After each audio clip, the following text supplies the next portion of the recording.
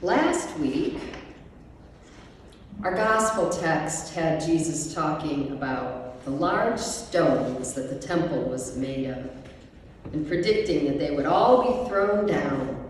That is, the temple would be destroyed. The disciples, understandably, wanted to know when that would be happening so they could put it on their calendar and better prepare. To this, Jesus added to the dystopian, apocalyptic vision, warning them of frauds who would come and try to lead them astray.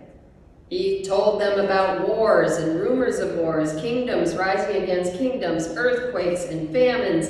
He ended by saying these signs were but the beginning of the birth pangs. And today, we return to a portion of the story we hear every year on Good Friday.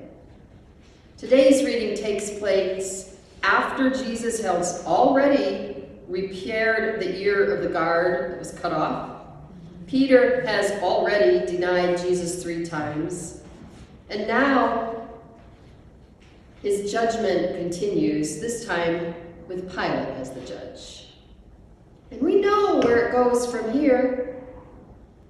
I could tell you that these apocalyptic, dystopian, harrowing passages were hyperbole, but they weren't. They were prophecy. They were true.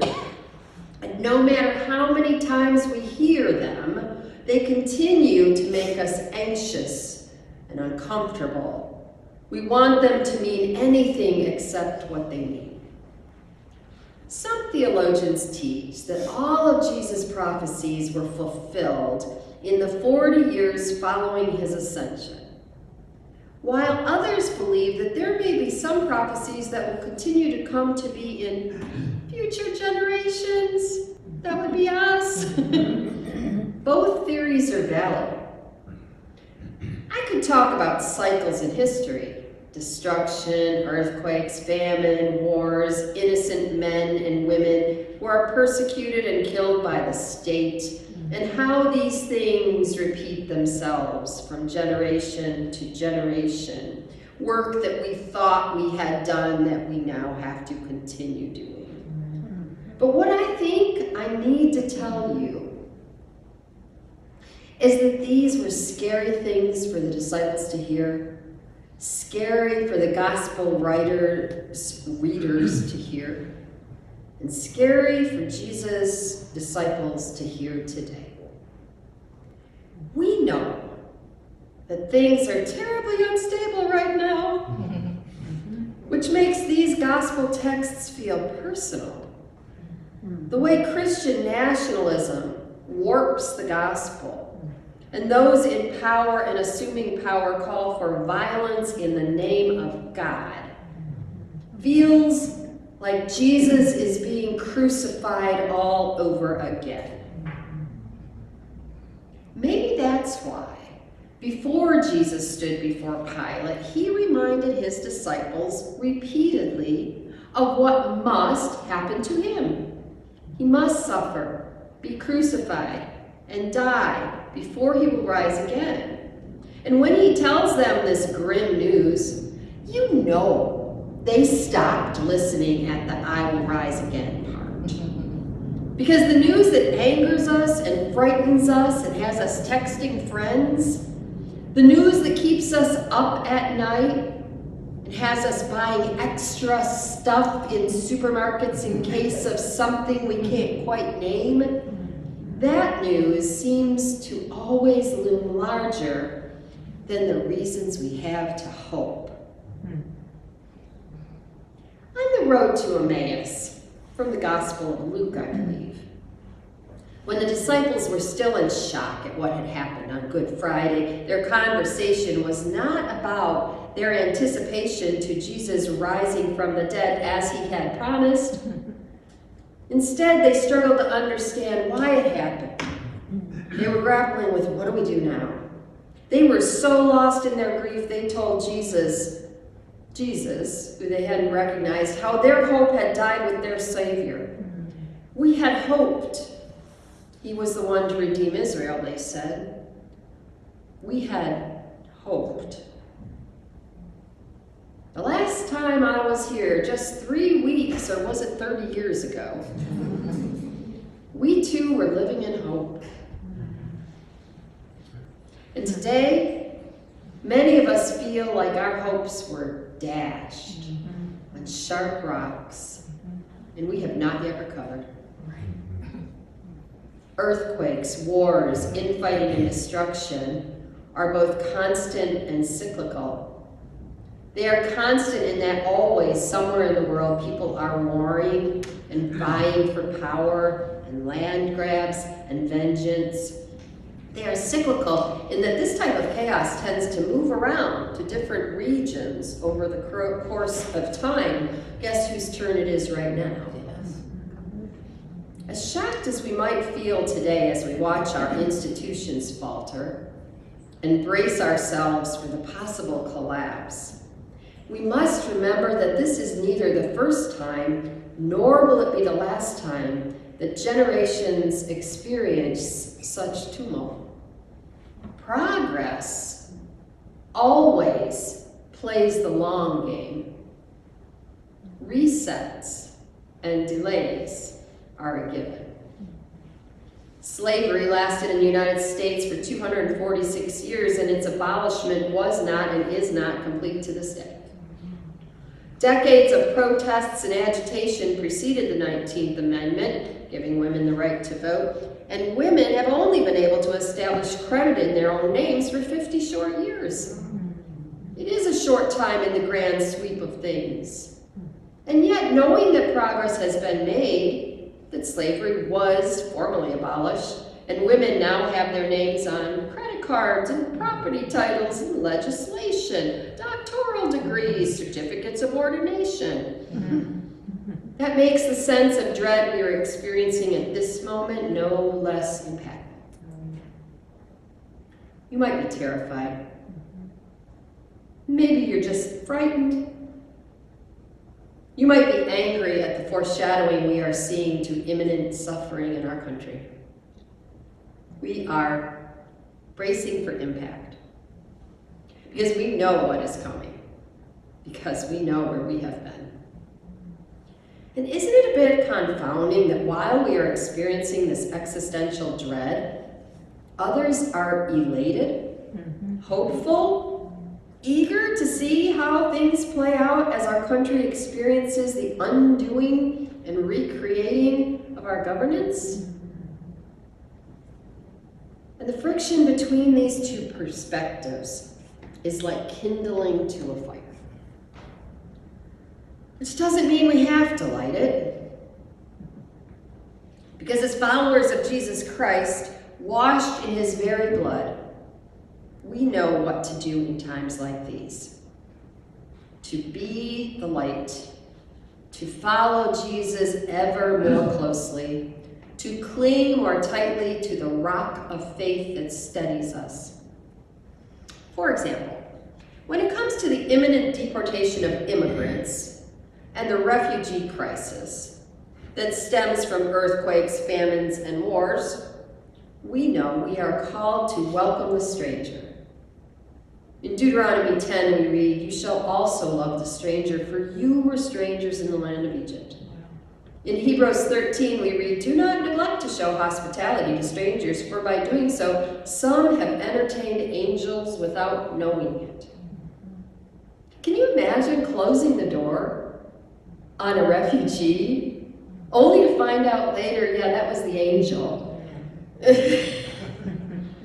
And at the same time, we know that refugees and immigrants and naturalized citizens are being threatened with deportation imminently. How do we reckon what our faith calls us to do over and against what the empire plans to do?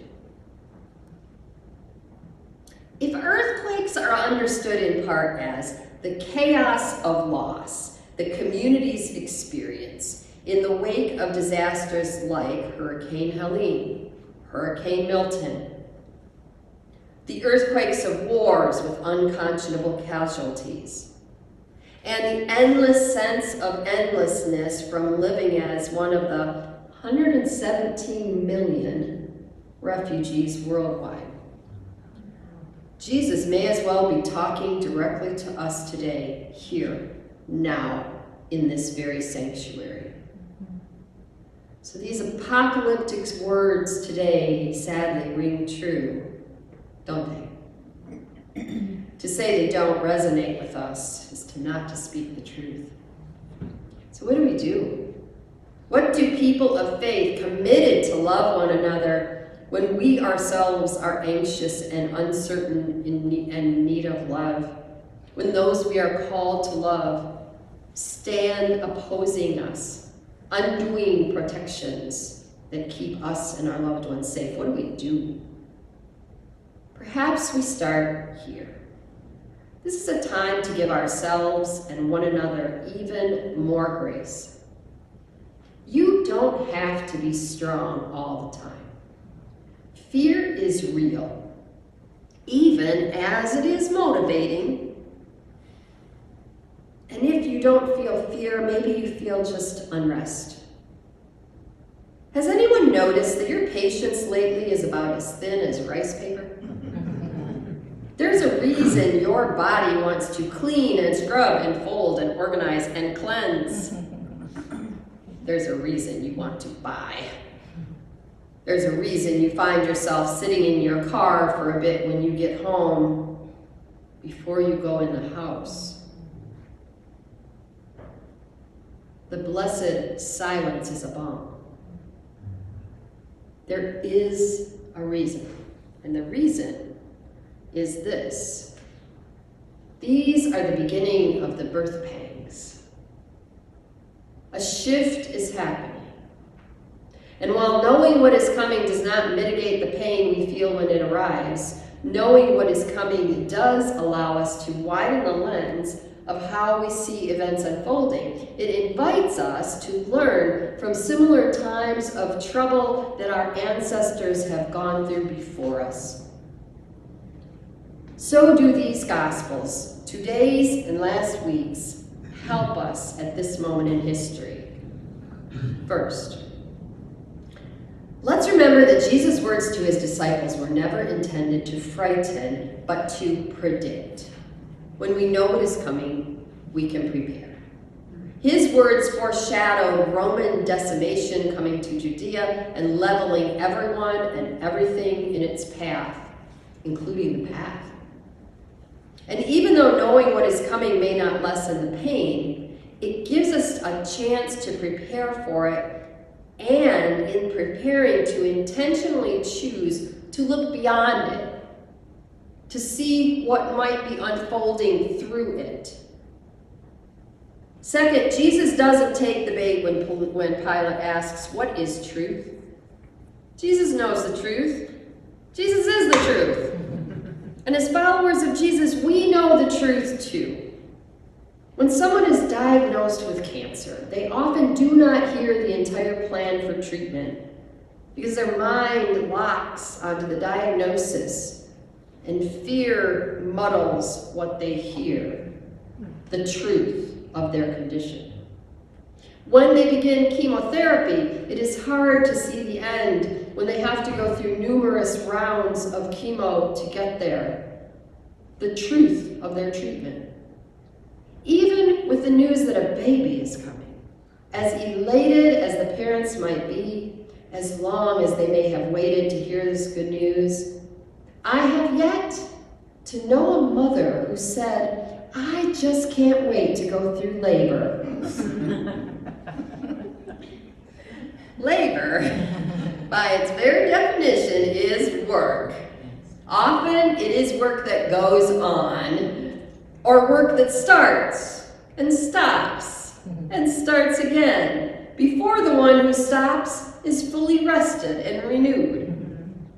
And yet, for all its challenges, labor creates new life. Not just in the darkness of the womb, but in the darkness of the tomb. Some things must die before new life can grow. Brian McLaren, theologian, author, speaker, and activist, explains it this way. He says something is trying to be born and something is dying. He lists a few things he sees as dying. A world of angry, greedy men without empathy is dying. A world without concern for planet Earth itself, that world is dying. A world that measures value by wealth, not health, that world is dying. A world of me first instead of we first, that kind of world is dying. And frankly, I wasn't sure I agreed with him until he added this. And like a dying, cornered animal, that dying world bears its teeth and its claws, and it will destroy as much as it can before it dies. If you only look at what is dying, you'll feel despair. But something else is trying to be born, and we must not lose sight of that. It's not as loud and as angry as what is dying, but it's far more important. The pain of this moment might feel like death pains, but they are really birth pains. They are labor pains. The darkness is simultaneously the darkness of the tomb for what is dying, and the darkness of the womb for what is trying to be born. Be strong. Have good courage. Lean into your faith. This is not a time to indulge in panic.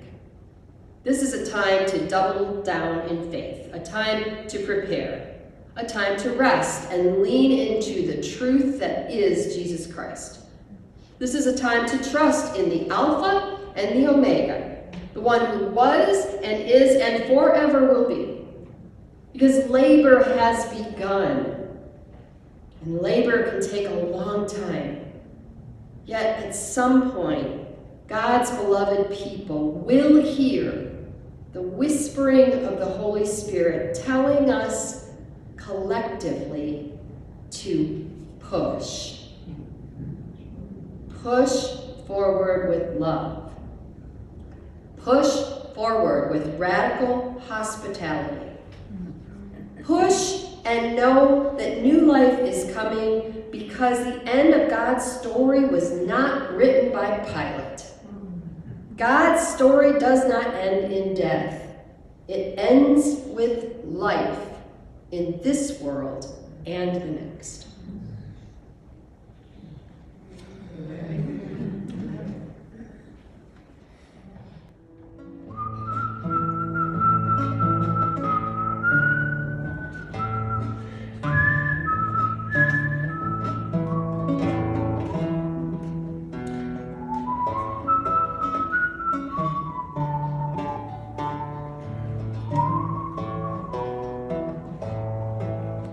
There's a song they'll be singing in the future. Where, oh, where, oh, where, oh, where are you? When the history books are written about the times that you were living. Where, oh, where, oh, where were you? Where, oh, where, oh, where were you? Did you cover up the history of the problems in our land? Did you try to find solutions with your head in the sand? When you saw an injustice, did you try to take a stand? Where, girl, where were you? Did you vote for leaders who were liars? Who lies stayed with you? When the system they created, which were all or just a few? Did it relieve the oppressed, or did it just help you? Where, oh, where were you? Did you ignore the lies of leaders when you knew that they were true? When the lies were hurting others, but they benefited you? Did it relieve the oppressed, or did it just help you? Where, oh, where were you? There's a song they'll be singing in the future. Where, oh, where, oh, where were you? And the history books are written about the time when you were living. Where, oh, where were you? Did you see the widening gap between the wealthy and the poor? Did you work to close that gap but keep wanting more? Did you pray for the oppressed or let God do the rest? Where were you? Did you see the refugees at the borders in utter desperation? Did you fight against the wall that kept them out of our nation? Did you pray for the oppressed and let God do the rest? Where were you? Where were you? Did you pray for the homeless? What else did you do? Did you work for some solutions and thank God it wasn't you? Did you just pray for the oppressed and let God do the rest? Where were you? There's a song they'll be singing in the future. Where were you? When the history books are written by the times when you were living. Where